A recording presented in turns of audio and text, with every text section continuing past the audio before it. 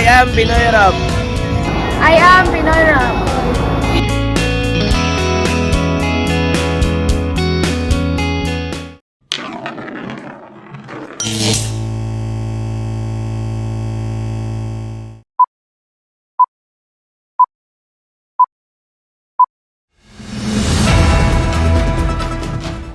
Para sa mga headlines, weather forecast.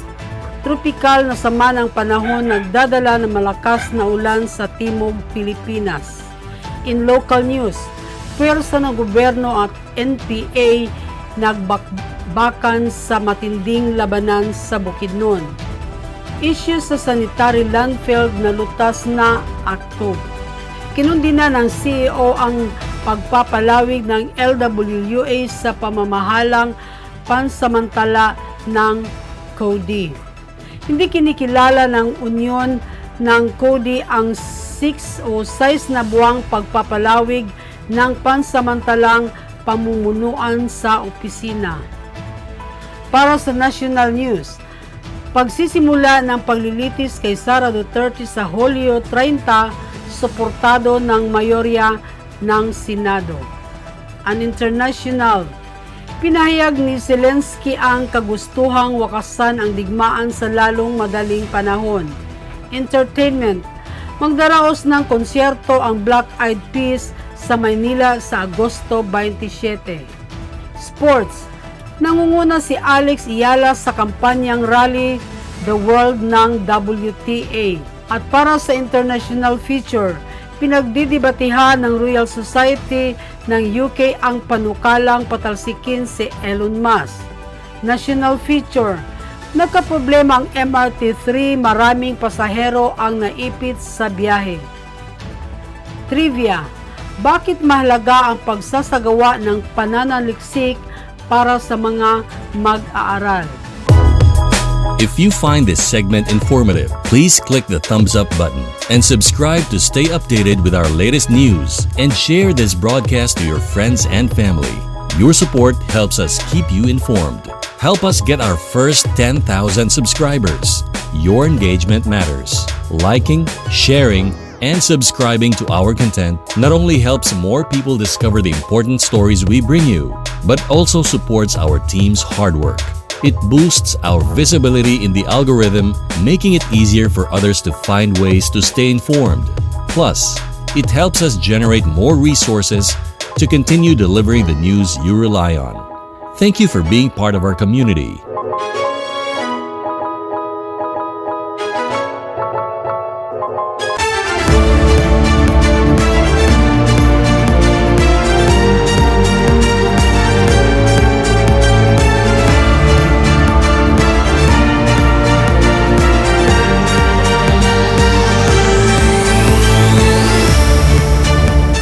Good morning Philippines, magandang umaga Luzon at maayong adlaw Visayas ug Mindanao. Ngayon ay Huwebes, March 6, 2025. Ako ang inyong tagapagbalita, Tina Gomez Gallego.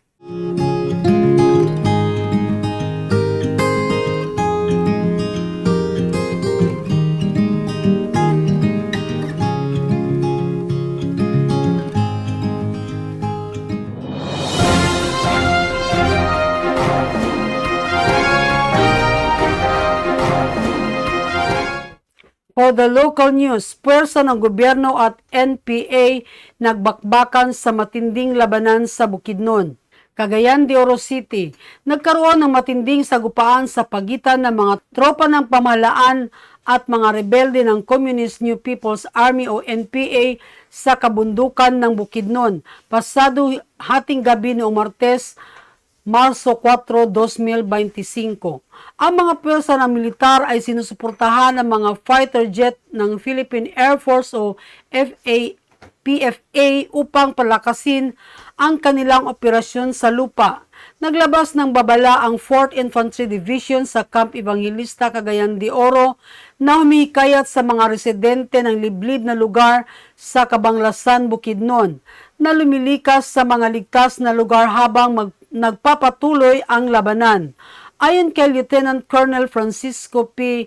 Garillo, junior tagapagsalita ng hukbo, nagsimula ang sagupaan ilang sandali matapos ang hating gabi at mabilis na humantong sa habulan at palitan ng putok. Wala pang inilabas na opisyal na ulat tungkol sa bilang ng mga nasawi o nasugatan, ngunit ayon sa ilang impormasyon, humupa na ang labanan bandang alas 4 ng umaga.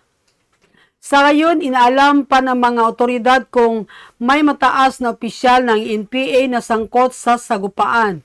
Patuloy naman ang operasyon ng militar upang tugisin ang mga natitirang rebelde at pigilan silang muling makapagtipon. Pinaigting na rin ang seguridad sa rehiyon upang tiyakin ang kaligtasan ng mga sibilyan at mapanatili ang kapayapaan sa mga apektadong lugar. Issue sa sanitary landfill na nalutas na, Actub. Cagayan de Oro City, pinahayag ni Campo Mayor Rolando Clarix Uy na tapos na ang usapin tungkol sa engineer sanitary landfill sa barangay Pagalungan. Ayon kay John Boy Actub, tagapagsilita ni Mayor Uy, nagbigay na ng paliwanag ang Department of Environment and Natural Resources, Environmental Management Bureau o DNR-EMB Region 10 tungkol sa issue at umaasa silang hindi na ito gagamitin sa politika. Nauna nang ibinintang ng kampo ni dating City Mayor Oscar Moreno na napabayaan umano ang pangangasiwa sa basura sa lungsod. Ngunit hinamon ni Clenro Manager Engineer Armen Cuenca ang grupo ni Moreno na itigil na ang paggamit ng kanilang opisina para sa pamumulitika. Matatanda ang sumulat si Moreno sa mga opisyal ng DNR Manila upang ipaalam ang umano'y hindi maayos na pamamahala ng landfill. Ang pasilidad na ito ay pinagdadapunan ng lahat ng basura na kinokolekta ng kumpanyang Jomaratensil na taon-taong binabayaran ng milyong-milyon ng City Hall. Iginigiit ni Moreno na napabayaan ng landfill dahil umano sa kakulangan ng Jomara sa kakayahang pamahalaan ito, pati na rin ang kakulangan ng mga truck na ginamit sa pagkolekta ng basura. Mariing pinabuluanan ng City Hall ang mga paratang at iginiit na ginagamit lamang si Moreno ang issue sa politika para sa kanyang pansariling interes. Kinundina ng CEO ang pagpapalawig ng LWUA sa pamamahalang pansamantalang ng CODI. Cagayan de Oro City, kinundina ng konseho ang hakbang ng Local Water Utilities Administration o LWUA na palawagin pa rin ang 6 na buwan ang pansamantalang pamamahala sa Cagayan de Oro Water District o CODI sa lungsod. Ito ay matapos magpasa ng resolusyon si City Council Majority Leader Konsehal Edgar Cabanlas dahil sa kalituhan na idinudulot ng LWUA, kung saan nagkaroon ng dalawang pagkaibang pamunuan sa CODI. Ayon kay Cabanlas, ang ginawa ng LWUA ay naglalagay sa alanganin sa serbisyo ng CODI dahil magkahati ang mga empleyado kung sino ang dapat sundin ang pansamantalang General Manager na si Fermin Harales o ang acting regular General Manager na si Engineer Edna Nahael sa ginawang butuhan. 11 konsihal ang sumang-ayon sa pagkondina laban sa LWUA habang 4 naman ang tumututol. Ang problema sa CODI ay nagsimula sa sinisingil na utang na mahigit 400 million ng Metro Pacific Waters sa pamamagitan ng Cagayan de Oro Bulk Water Incorporated na hindi binayaran ng CODI dahil wala ito sa kanilang opisyal na mga talaan. Nagresulta na ang issue sa pagitan ng CODI at COBI sa mga kaso sa korte at lalong pinalala ito ng mga politikong ginagamit ang argumento na ito ay para sa interes ng mamamayan ng lungsod. Hindi kinikilala ng Union ang CODI ang 6 na buwang pagpapalawig ng pansamantalang pamunuan sa opisina. Hindi kinilala ng regular na pamunuan na binubuo ng mga organic na manggagawa ng Cagayan de Oro City Water District at CODI ang 6 na buwang pagpapalawig ng Local Water Utilities Administration o LWUA sa pamamahala ng Interim Board of Directors at sa kanilang itinalagang manager na si Fermin Harales. Ito ay matapos maglabas ng pahayag ang First Labor Organization of the Cagayan de Oro City Water District of Law, ang unyon ng mga empleyado na hindi nila kinikilala ang dokumentong hawak ng grupo ni Harales mula sa LWUA. Ayon sa grupo, kikilalanin lamang nila ang interim management kapag nakapagkita ito ng lehitimong dokumento sa kanilang hinihingi. Dagdag pa nila, susunod lamang sila sa mga legal na utos na manggagaling sa regular na CODI Board of Directors. Nilinaw ng FLOW na iginagalang nila ang buong intervention ng LWUA ngunit hindi sila kumbinsido sa sertipikasyon mula sa board secretary dahil ito ay may kaakibat na maraming isyong legal. Nauna nang ipinahayag ng Acting Regular CODI o BOD Chairman Jerry Canyon na itinalaga na nila bilang General Manager si Engineer Edna Nahial matapos nagretiro si Engineer Antonio Yang noong nakaraang linggo. Ngunit sinabi rin ni Harales na hindi obligasyon ng interim management na bigyan sila ng kopya ng utos mula sa LWUA dahil sa kanilang tungkulin ay simpleng pamamahala lamang sa CODI. Dagdag pa niya, ang kabilang panig ay dapat direktang humiling ng kopya mula sa LWUA kung nais nilang masunod ang kanilang kahilingan. Ipinilit din niya na hindi tama na basta ibigay ang kopya sa kanyang mga kalaban dahil maaari itong gamitin sa pagsasampa ng mga legal na kaso laban sa mga ipinatutupad na patakaran ng CODI alinsunod sa utos ng pambansang pamahalaan.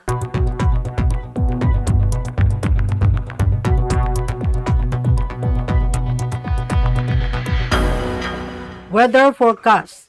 Tropikal na sama ng panahon nagdadala ng malakas na ulan sa timog Pilipinas.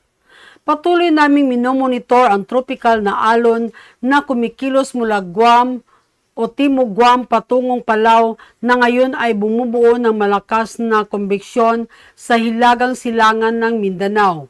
Para sa mga nasa Surigao at Tandag, asahan ang matinding pag-ulan sa susunod na 24 oras.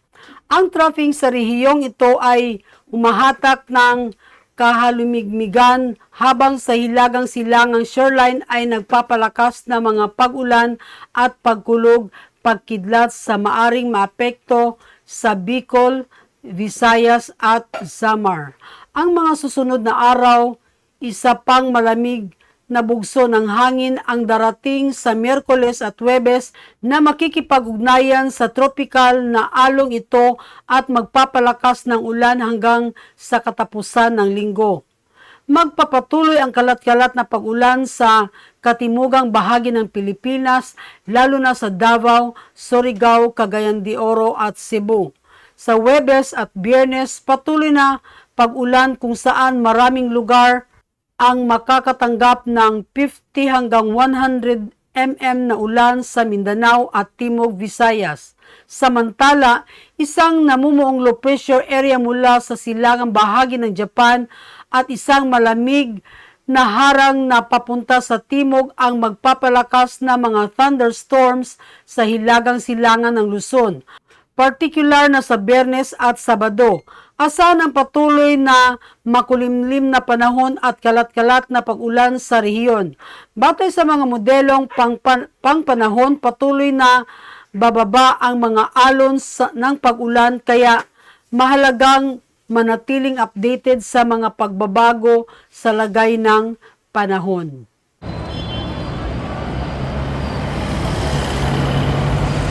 A pedestrian lane is an interim or temporary pedestrian facility that may be appropriate on roads with low to moderate speeds and volumes.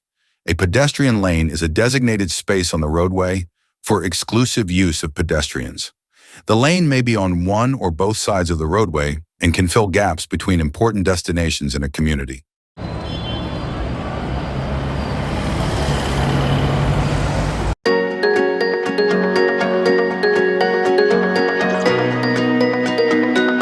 Washing hands can keep you healthy and prevent the spread of respiratory and diarrheal infections. Germs can spread from person to person or from surfaces to people when you touch your eyes, nose, and mouth with unwashed hands.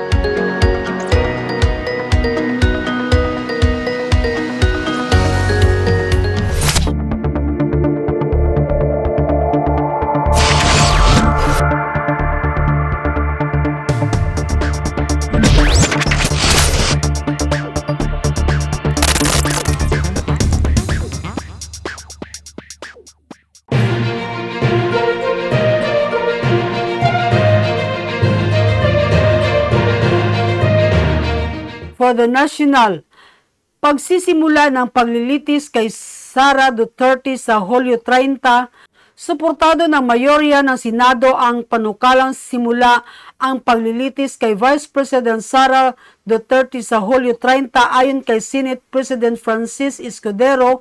Aniya, may sapat ng bilang ng mga senador na pumapabor sa impeachment trial alinsunod sa mga probisyong itinakda ng konstitusyon. Samantala, nadagdagan naman ng mga petisyon na kahain sa Korte Suprema kaugnay ng impeachment. Ilan sa mga petisyong ito ay mula sa mga grupong nagsusulong ng transparency at accountability sa gobyerno, habang may ilan ding nagsasabing labag sa tamang proseso ang impeachment proceedings.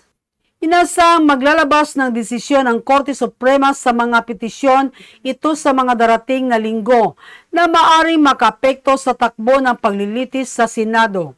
Sa gitna ng isyong ito, patuloy ang mga diskusyon sa lehislatura at sa publiko tungkol sa mga legal at pampolitikang implikasyon ng impeachment trial. Ang kampo naman ni Vice President Duterte ay maaring itinanggi ang mga paratang laban sa kanya at naghanda ng depensa sa darating na paglilitis.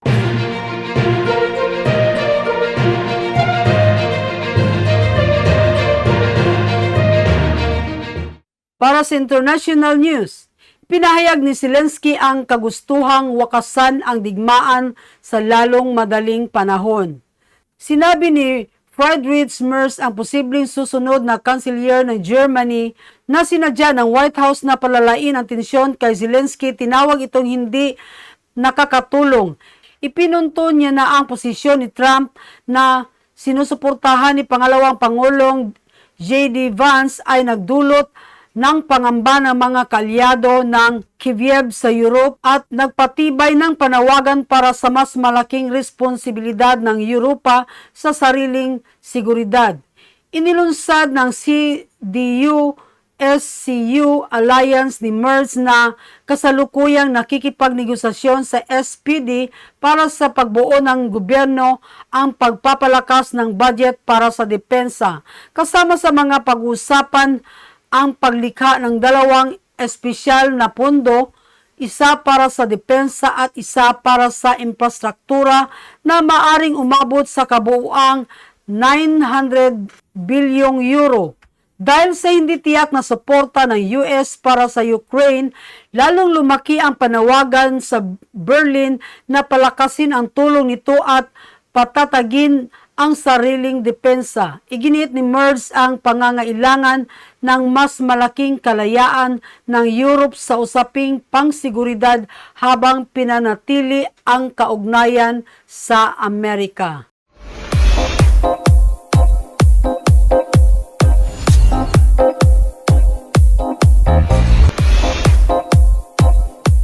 At para sa entertainment, magdaraos ng konsyerto ang Black Eyed Peas sa Maynila sa Agosto 27. Muling babalik sa Pilipinas ang American hip-hop group na Black Eyed Peas para sa isang one-night na gaganapin sa Mall of Asia Arena sa Agosto 27. Ayon sa anunsyo ng kanilang local event producer nitong Lunes, sa kanilang social media accounts kinumpirma ni Wellbros Live na magtatanghal ang multi-Grammy Award-winning group upang iparinig ng live ang kanilang pinakamalaking hit songs tulad ng Got a Feeling, Where is the Love, Pump It at Boom Boom Pow. Magsisimula ang bintahan ng tiket sa Marso 15, alas 12 ng hapon at maaring mabili sa smtickets.com at mga SM Tickets outlets sa buong bansa. Dahil sa patuloy na kasikatan ng grupo sa Pilipinas at sa kanilang mga naunang sold-out na concert, pinapayuhan ang mga fans na magpareserba ng tickets ng maaga. Ang Black Eyed Peas ay binubuo ni na Will I Am, Apple the App at Tabo ay may matibay na ugnayan sa mga Pilipino. Lalo na dahil si Apple the App, Alan Pineda Lindo ay may lahing Filipino.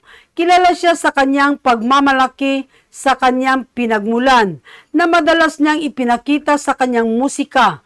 Patuloy pa rin ang grupo sa paggawa ng bagong musika at nitong Disyembre ay inilabas nila ang kanilang bagong album ng na Pump It Workout Mix, isang koleksyon ng energetic remixes na perpekto para sa fitness at dance enthusiast. Inasang isa ito sa pinakamalaking international concert sa Pilipinas ngayong taon. Kaya't excited ng fans na muling maranasan ang matinding performance ng Black Eyed Peas sa entablado.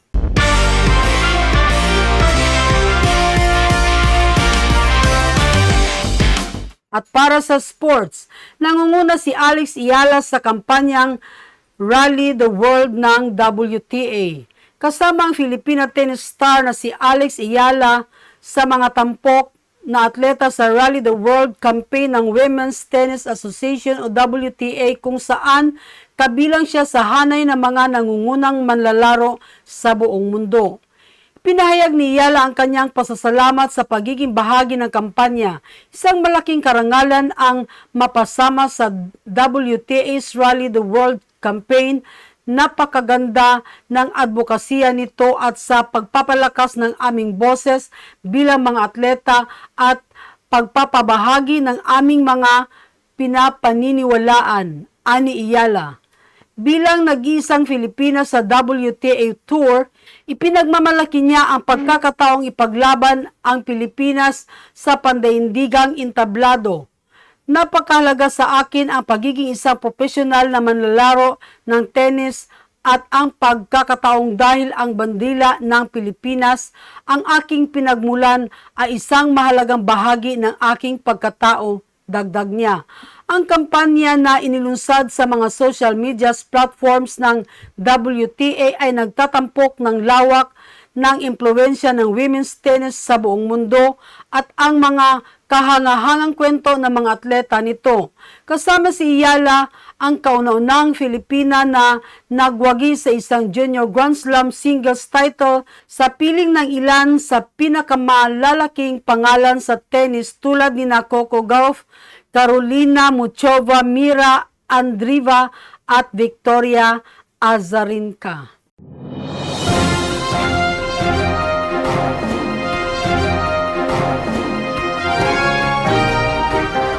At para sa international feature, pinagdedebatihan ng Royal Society ng UK ang panukalang patalsikin si Elon Musk.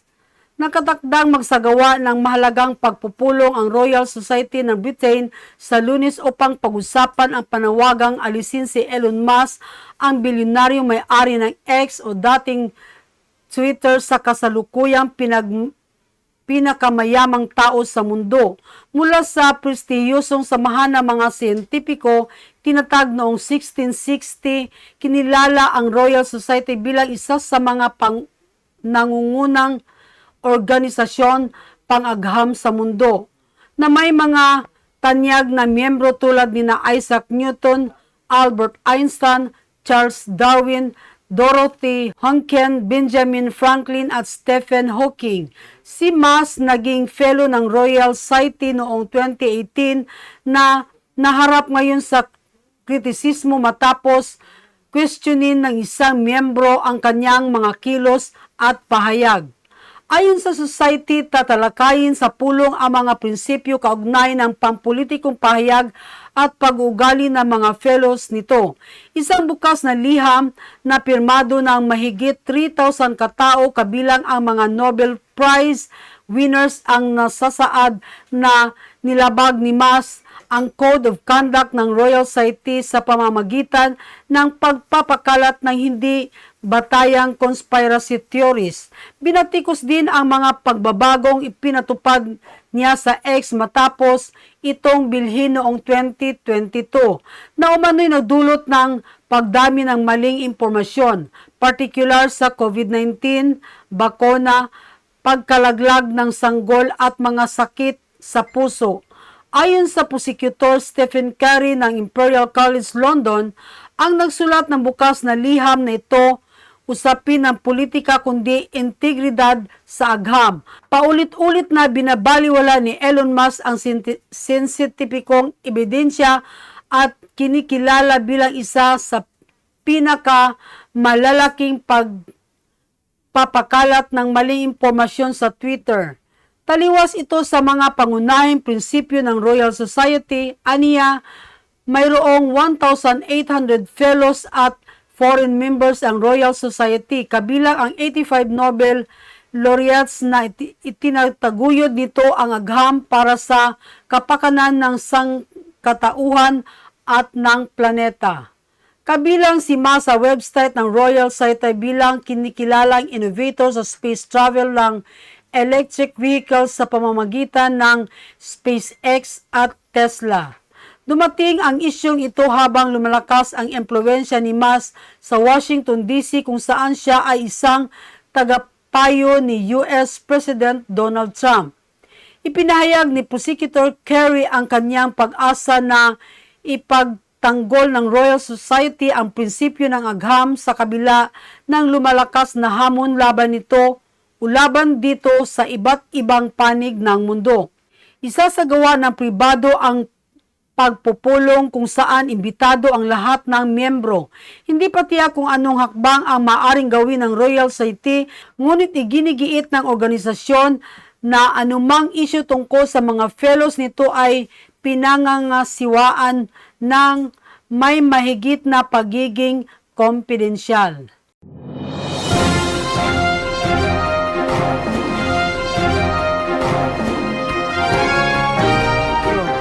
Para sa national feature, nagkaproblema ang MRT-3, maraming pasahero ang naipit sa biyahe. Na-stranded ang mga pasahero ng MRT-3 sa bahagi ng Ayala Avenue Station sa loob ng mahigit kalating oras ngayong tanghali matapos makaranas ng pagkawala ng traksyon sa unang bagon ng tren. Ayon sa pamunuan ng MRT-3, patungong Cubao Station ng tren nang mangyari ang aberya dahilan upang mapilitan ang mga otoridad na pababain ang mga pasahero at ipatupad ang provisional service. Ilang teknikal na tauhan ang agad na rumisponde upang subukang ayusin ang problema.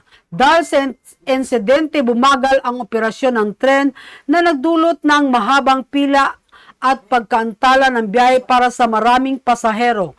Ayon sa ilang commuter, wala silang natanggap na agarang abiso tungkol sa sitwasyon. Kaya't marami ang napilitang humanap ng ibang paraan ng transportasyon. MRT-3 management humingi ng paumanhin sa aberya at sinabing ginawa nila ang lahat upang mapabilis ang pagbabalik ng normal na operasyon. Patuloy ding inimbestigahan ang sanhi ng pagkawala ng traksyon ng bagon upang maiwasan ang parehong insidente sa hinaharap.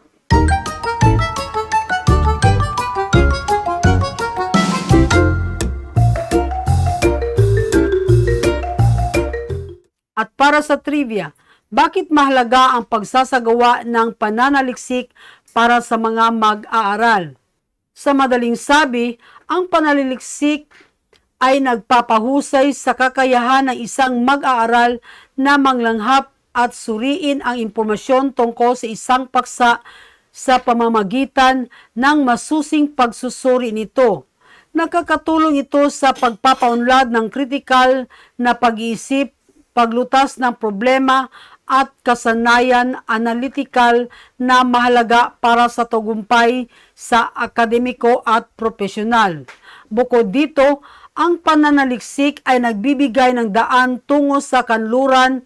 Bukod dito, ang pananaliksik ay nagbibigay ng daan tungo sa kaunlaran sa pamamagitan ng pagbuo ng mga bagong ideya, inobasyon at solusyon na may ambag sa lipunan.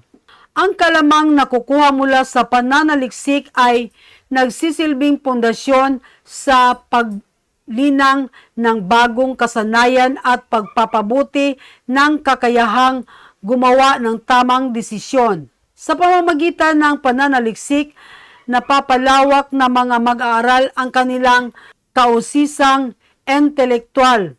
Hinahamon ang mga umiiral na pananaw at nagsasaliksik ng iba't ibang perspektibo. Mahalaga rin ang papel ng pananaliksik sa pag-unlad ng ekonomiya dahil sa kadalasang nagiging daan ito sa mga mahalagang tuklas sa agham, teknolohiya at negosyo. Dagdag pa rito, tinuturuan ng pananaliksik ang mga mag-aaral sa batayang prinsipyo ng mga makaagham na pamamaraan. Hinikayat silang gumamit ng ebidensya sa paggawa ng konklusyon sa halip na umasa lamang sa kahaka o dati ng sagot. Pinalakas nito ang kanilang kakayahang magsuri mula sa bagong pananaw na siyang nagpapasigla sa pagkamalikhain at pagbabago. Malaki rin ang gamit ng pananaliksik tulad ng pananatili sa kaalaman tungkol sa mahalagang tuklas, magbibigay ng akses sa iba't ibang pananaw at pagpapakita ng mas malawak na larawan sa isang usapin. Higit sa lahat, pinapalaganap nito ang habambuhay na pagkatuto na nagpapahintulot sa mga mag-aaral na mapanatiling handa at may sapat na kalaman sa isang mundong patuloy na nagbabago. At iyon ang nakuha namin impormasyon mula dito at sa loob ng bansa. Patuloy po tayong makinig at manood ng Pinoy Rab on YouTube channel. Huwag niyo pong kalimutang i-follow, like, and share, mag-subscribe at i-bell ang notifikasyon para sa iba pang mga karagdagang updates. Hanggang sa muli at magandang umaga.